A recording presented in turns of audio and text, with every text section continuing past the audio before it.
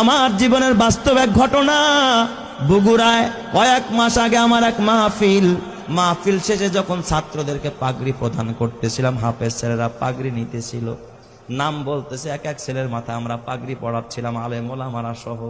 হঠাৎ এক ছেলের নাম বলতেছে মুআজ রহমাতুল্লাহ আলাইহি, নাম বলছে, কিন্তু দেখি কোনো ছাত্র সামনে নাই।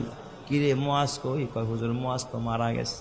তাইলে নাম কেন পড়লেন? পাগড়ি কারে দিমু? কয় হুজুর পাগড়িটা হাতায়া দেন, মুআজের মা পর্দার আড়ালে বসে আছে, সেখান থেকে পাগড়ি গ্রহণ করুন। প্রত্যেকটা মানুষের দিল নরম হয়ে গেছে।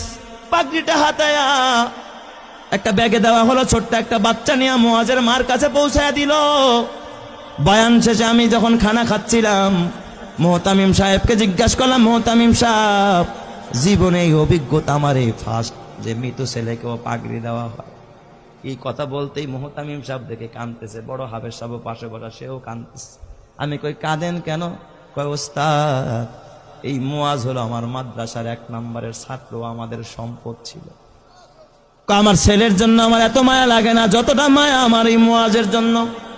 আমি বললাম এত কি গুণ এই মুআজের? কয় ওস্তাদ, মুআজ 18 মাসে কোরআনের হাফেজ হয়, জীবনে পাগড়ি ছাড়া নামাজ পড়ে নাই, মুআজের বাবা নাই, মুআজের মা বড় অসহায়, এই মাদ্রাসা লিল্লা বোর্ডিং এ মুআজরে এতিমখানায় ফ্রি খাওয়াই আমরা, চিকিৎসা পর্যন্ত আমরা করাই।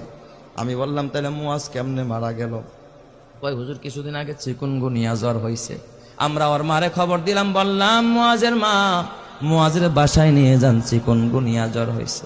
মুআজ বাসায় যাইতে চায় না। কয় ওস্তাদ বাসায় গেলে জামাতের সাথে নামাজ পড়তে পারি না, ফজরের নামাজটাও জামাতে পড়া হয় না, আমারে বাসায় দিয়েন না, মরে যাইতো মাদ্রাসায়, মরবো বাসায় যাব না। হুজুর কসম আল্লাহর, এই মুআজ ওর পুরা মাদ্রাসায় আর একটা সুনাম। মুআজ বাসায় যায় না, মৃত্যুর আগের দিন জোহরের নামাজটা মসজিদে গিয়া পড়েছে, আসর থেকে নিয়ে তার অবনতি, রাত্রিবেলায় এশারের নামাজের পরে আমরা পার্শ্ববর্তী ক্লিনিকে নিয়ে গেলাম। সেখানে বাবা অক্সিজেন লাগায় রাখছে, প্রায় গভীর রাত্রে মুআজ ওই রাতে ইন্তেকাল করেছে। হুজুর মুআজ ইন্তেকাল করেছে, আমরা স্তব্ধ হয়ে গেছি। মুআজের দাফনটা আমাদের মাদ্রাসার গেটের পাশে মাদ্রাসার কবরস্থানে আমরা করেছি। হুজুর আমি বললাম তাহলে ঠিক আছে, মুআজ ইন্তেকাল করলো, তাহলে পাগড়ি কেন মুআজের মাকে দিতে হবে? ওস্তাদ আপনি তো জানেন না। এই কথা বললাম, মোহতামিম সাহেব একটা ডেস্কের বয়ের টান দিয়ে একটা চিঠি বের করছে। কয় দেখেন এই যে পত্র পাঠাইছে মুআজের মা। আমি চিঠিটা খুইলা দেখি মুআজের মা লিখছে সংক্ষেপে, ওস্তাদ হাফেজ সাহেব সব ছাত্রকে